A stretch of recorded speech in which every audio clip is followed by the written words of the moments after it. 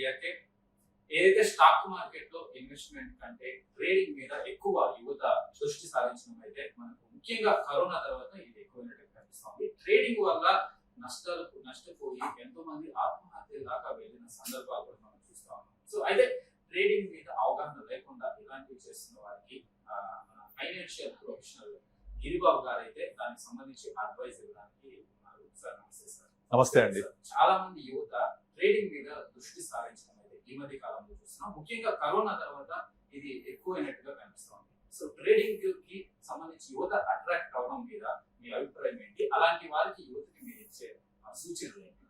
So normal గా smoking is injurious to health కదా, trading is injurious to wealth. ఇది నేను చెప్తున్న మాట కాదు, సెబీ క్లియర్ గా విత్ ఫిగర్ సహా చెప్తోంది. మీరు నార్మల్ గా డిమాట్ అకౌంట్ ఏదైనా ఓపెన్ చేసి జస్ట్ ఓపెన్ చేయగానే అందులో పైన ఒక డిస్క్లైమర్ వస్తుంది. ఏంటి?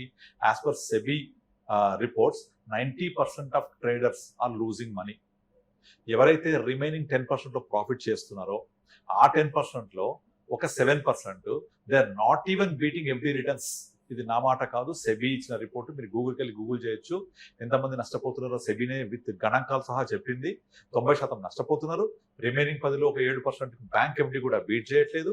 ప్రాఫిట్ చేసే వాళ్ళు 2 to 3% మాత్రమే.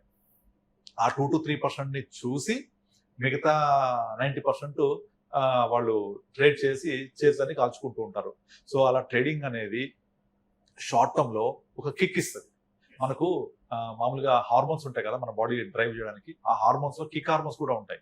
మీరు ట్రేడింగ్ చేసిన కొద్ది మీకు అది కిక్ వస్తూ ఉంటుంది. మీరు ట్రేడింగ్ చేసే వాళ్ళ యాటిట్యూడ్, మెంటాలిటీ గమనిస్తూ ఉండండి. వాళ్ళు నార్మల్ గా నేను ఫస్ట్ టైం స్టాక్ మార్కెట్ లో ట్రేడ్ చేసినప్పుడు 2005లో నేను ట్రేడర్ గానే బయటకు వచ్చాను. నాకు ఫస్ట్ టైం ఒక 30 రూపీస్ లాస్ వచ్చింది. లాస్ వస్తే ఆ 30 రూపీస్ లాస్ వచ్చేందుకు నేను చాలా గింజుకున్నాను. సో 30 రూపీస్ లాస్ వచ్చింది, దాన్ని రివెంజ్ తీసుకోవాలి, రేపు ఇంకా సంపాదించాలని. ఇప్పుడు నా వాల్యూమ్ చాలా తక్కువ. ఆ దానికే నేను 30 రూపాయలకు చాలా తల్లడిల్లిపోయినా. బట్ తర్వాత అది 50 రూపాయలు అయింది, తర్వాత 100 రూపాయలు అయింది, తర్వాత అలవాటు అయిపోయింది. కనుక అలా అలవాటు అయిపోద్ది. డబ్బులు పోతున్నా కొద్దీ ఇంకా ఇంకా ఇంకా రివెంజ్ తీసుకోవడానికి ట్రై చేస్తానే ఉంటారు జనాలు. కానీ ఎప్పటికీ మనం స్టాక్ మార్కెట్ మీద రివెంజ్ తీసుకోలేము, మనము దానిపైన పై చేసి సాధించలేము. ఎవరు చేస్తారు అంటే ఇన్వెస్టర్స్.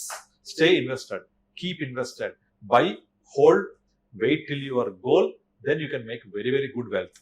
ఇప్పుడు నార్మల్ గా మనము చాలా మందిని చూస్తుంటాము. మన ఇండియన్ స్టాక్ మార్కెట్ లో ఈ పలానా కంపెనీలో పలానా షేర్ కొని 20 సంవత్సరాల తర్వాత, ఫర్ ఎగ్జాంపుల్ రీసెంట్ గా న్యూస్ లో వచ్చింది, JSW స్టీల్ 1 లక్ష రూపాయలు పెట్టుంటే 80 కోట్లు అయింది అని. అలాగే ఇన్ఫోసిస్ లో పబ్లిక్ ఇష్యూలో ఒక 10,000 రూపాయలు ఇన్వెస్ట్ చేస్తే today the value is more than 7 to 8 crores. But Reliance industries IPOలో 2000 ఇన్వెస్ట్ చేస్తే వాళ్ళు మోర్ దెన్ 50-60 lakhs. ఇవన్నీ కూడా ఓవర్ నైట్ అయినా కావు. ఓవర్ పీరియడ్ ఆఫ్ టైం, ఒక డికేట్స్ పాటు ఒక 500 రూపాయలు 50 లక్షలు, ఒక 1000 రూపాయలు 1 కోటి రూపాయలు, 1 లక్ష రూపాయలు 80 కోట్లు, ఇంత వెల్త్ క్రియేట్ అయిన వెనక మనం వెలకట్టని సమయం ఉంది, టైం ఉంది. ఆ టైంని అర్థం చేసుకోకుండా చాలా మంది క్విక్ మనీ కోసం వెంపర్లాడుతూ ఉంటారు. ఇప్పుడు క్రిప్టో కరెన్సీ ఉంది. మీకు మ్యూచువల్ ఫండ్స్ ఇన్వెస్ట్ చేసే వాళ్ళు 5 కోట్లు ఉంటే స్టాక్ మార్కెట్ డిమాట్ అకౌంట్స్ 20 కోట్లు. క్రిప్టో కరెన్సీలో ఇన్వెస్ట్ చేసే వాళ్ళు ఒక 10 కోట్లు పైన దాటిపోయారు. వీళ్ళందరికీ ఏం కావాలి? క్విక్ మనీ కావాలి. యాక్చువల్లీ క్విక్ మనీ అనేది పాసిబుల్ అవ్వదు.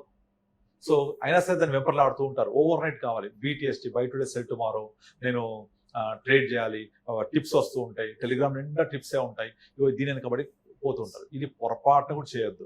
అలా చేసి చేతి కాల్చుకుంటూ ఉంటారు. ఇది ఒక పేకాట లాంటిది. పేకాటలో మనము గనక ఒక రౌండ్ తిరిగి మంచి డబ్బులు వస్తూ ఉంటే మనం లేవబుద్ధి కాదు, లేదా డబ్బులు పోతూ ఉంటే అక్కడి నుంచి లేవబుద్ధి కాదు. ఎందుకు? ఇక్కడ పోగొట్టుకున్న కదా వెతకాలి నేను. మీరు లేస్తానంటే డబ్బులు వచ్చిన తర్వాత ఎదురు లేవనియాడు, నేను పోగొట్టుకున్న కదా నువ్వు ఉండు అంటాడు. ఇక నేను డబ్బులు వచ్చిన తర్వాత పోబుద్ధి కాదు, ఎందుకు? హ్యాండ్ రైజింగ్ లో ఉంది, నేను ఇక్కడే కూర్చుంటాను. సో సేమ్ అలాంటిది ఇది కూడా. సో మనకు వ్యసనం లాగా తయారైపోతుంది. ఎంత డబ్బులున్నా కూడా పెట్టబుద్ధి అయితే ఉంటుంది. ఈ కొత్త స్ట్రాటజీస్ ప్రిపేర్ చేసుకుంటూ ఉంటారు. ఇప్పుడు ఇట్లా వేసినా పోయింది, నెక్స్ట్ ఇంకోసారి ఇట్లా చేస్తా. మీరు ఎన్ని చేయండి, స్టాక్ మార్కెట్ రివెంజ్ తీసుకుంటారే ఉంటుంది. ఎందుకంటే స్టాక్ మార్కెట్ కంప్లీట్ గా సప్లై డిమాండ్ అనే 2 పారామీటర్స్ నడుస్తూ ఉంటుంది. స్టాక్ మార్కెట్ లో షేర్స్ ఎప్పుడు సప్లై కాన్స్టెంట్, పెరగవు, డిమాండ్ బట్టి ప్రైస్ మూవ్ అవుతూ ఉంటుంది. ఈ డిమాండ్ ని ఇన్ఫ్లుయెన్స్ చేసే ఎక్స్టర్నల్ ఫ్యాక్టర్స్ చాలా ఉంటాయి. న్యూస్ అవ్వచ్చు, టెక్నికాలిటీస్ అవ్వచ్చు, లేకపోతే కంపెనీ రిలీజ్ చేసే డేటా అవ్వచ్చు, చాలా ఎక్స్టర్నల్ ఫ్యాక్టర్స్ ఉంటాయి. దాన్ని బట్టి ప్రైస్ మూవ్ అవుతూ ఉంటుంది. బట్ ఇవన్నీ చూడకుండా సింపుల్ గా బై చేసి పెరగానే అమ్మాలి, తగ్గితే లాస్ బుక్ చేసుకోవాలి, ఈ విధానంలో ఉంటారు. అండ్ ఇంకొక అజం పోసేది F&O, ఫ్యూచర్స్ అండ్ ఆప్షన్స్. అది ఇంకా దారుణం. F&O nothing but weapons of mass destruction. This was told by Warren Buffett. F&O అనేది వెపన్స్ ఆఫ్ మాస్ డిస్ట్రక్షన్, అంటే మారణహోమం సృష్టించేంత పెద్ద పెద్ద వెపన్స్ ఇవి, కనుక దాని జోలికి పోవద్దు అని వారన్ బఫెట్ చెప్పాడు. అందరు చెప్తూనే ఉంటారు స్పెక్యులేట్ చేయొద్దు చేయొద్దు చేయొద్దు అని, కానీ వినరు, పోగొట్టుకుంటూనే ఉంటారు. అందుకని ఈ రోజు కూడా స్టాక్ మార్కెట్లో ఇంత సంపద సృష్టిస్తున్నా కూడా కామన్ మ్యాన్ దాంట్లో తీసుకునేది ఇసుమంత అయినా కూడా ఉండదు. ఇప్పుడు మీరు ఇండియాస్ రిచెస్ట్ పర్సన్ తీసుకోండి, ముఖేష్ అంబానీ, తర్వాత అదానీ గ్రూపు, పెద్ద పెద్ద రిచెస్ట్ పర్సన్స్ ఉంటారు. వీళ్ళ సంపద ఎలా క్యాలిక్యులేట్ చేస్తారు? వాళ్ళ యొక్క సంపద అంతా కూడా స్టాక్ మార్కెట్లో వాళ్ళకున్న total number of company shares, market value కలిపి వాళ్ళ సంపదని చెప్తారు. ఓకే, ఇదంతా ఎవరిది ఉంటుంది? ముఖేష్ అంబానీ రిలయన్స్ ఇండస్ట్రీస్ లో 56% ఆయన స్టేక్, వాళ్ళ కుటుంబం స్టేక్ కనుక 56% ఇంటూ కరెంట్ మార్కెట్ ప్రైస్, అతని సంపద 22 లక్షల కోట్లు అరౌండ్, అందులో వాళ్ళది ఒక 12 లక్షల కోట్లు, అంత మేరకు అతను రిచెస్ట్ పర్సన్. ఇలా క్యాలిక్యులేట్ చేస్తాం. అలా మార్కెట్లో రిచ్ అయిన వాళ్ళని చాలా మంది చూసాం, కానీ అదే మార్కెట్లో నుంచి ఒక రిచ్ అయిన కామన్ మ్యాన్ని మనం చూడలేము అసలు. ఎందుకంటే వాళ్ళేమో ఇన్వెస్ట్ చేసి టైం ఇచ్చి ఒక పెద్ద సంపద సృష్టించుకున్నారు సొంతంగా, మనమేమో ఆ షేర్స్ కొని మనం కూర్చుని ఓపిక లేదు మనకు, మనమేమో స్పెక్యులేట్ చేస్తూనే ఉంటాం. అందుకని స్టాక్ మార్కెట్ ఇన్వెస్ట్ చేసి మా అబ్బాయిని చదివించాను, మా అమ్మాయికి పెళ్లి చేశాను, ఒక ఇల్లు కొనని చూడం మనం అసలు.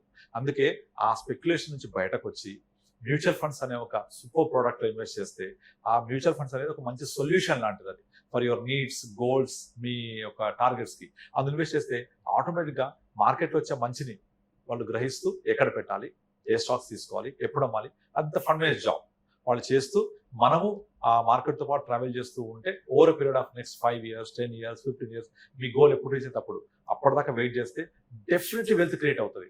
డెఫినెట్లీ కానీ దానికి ఓపిక ఉండాలి. ఆ ఓపిక కోసము మనం కొన్న షేర్ పెరుగుద్దా లేదా చూడాల్సిన అవసరం లేదు. అలా చూడకుండా మ్యూచువల్ ఫండ్స్ ఇన్వెస్ట్ చేస్తే ఆటోమేటిక్ గా మనకు కావాల్సిన గుడ్ థింగ్స్ ఆఫ్ మార్కెట్ వస్తాయి, బ్యాడ్ థింగ్స్ అవాయిడ్ అయిపోతాయి. కనుక నేను అందుకే ముందు చెప్పాను, trading is injurious to wealth.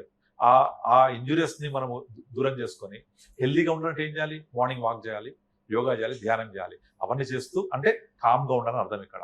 Keep invested, stay invested, keep com, your wealth is created. దానికి ప్యాసివ్ గా ఉండాలి, నాట్ యాక్టివ్ ఇన్వెస్ట్మెంట్. కనుక ఈ ట్రేడింగ్ లో నష్టపోయేవాళ్ళని నేను చెప్పేది ఏంటంటే, అలా ట్రేడింగ్ చేసి నష్టపోవద్దు, స్పెక్యులేట్ చేయొద్దు, బై టుడే సెల్ టుడే చేయొద్దు. సింపుల్ గా దాంట్లో మంచి కావాలంటే మ్యూచువల్ ఫండ్ ఇన్వెస్ట్ చేసి వెయిట్ చేయండి. థ్యాంక్ యూ దీర్బాబు గారు. Yeah. అయితే సార్ చెప్పినట్టుగా ట్రేడింగ్ అనేది నష్టపోతారు, ట్రేడింగ్ అనేది మంచిది కాదు సార్ చెప్పడం జరిగింది. ముఖ్యంగా ఈ రోజు టుడే బై చేసి రేపు సెల్ చేయము, ముఖ్యంగా F&O జోలికి వెళ్ళొద్దు. ఏదైతే మ్యూచువల్ ఫండ్స్ లో ఇన్వెస్ట్ చేయడం అనేది ఫ్యూచర్ వెల్త్ ని క్రియేట్ చేస్తుంది అని చెప్పేసి దీర్బాబు గారు చెప్పడం జరిగింది. Thank you so much.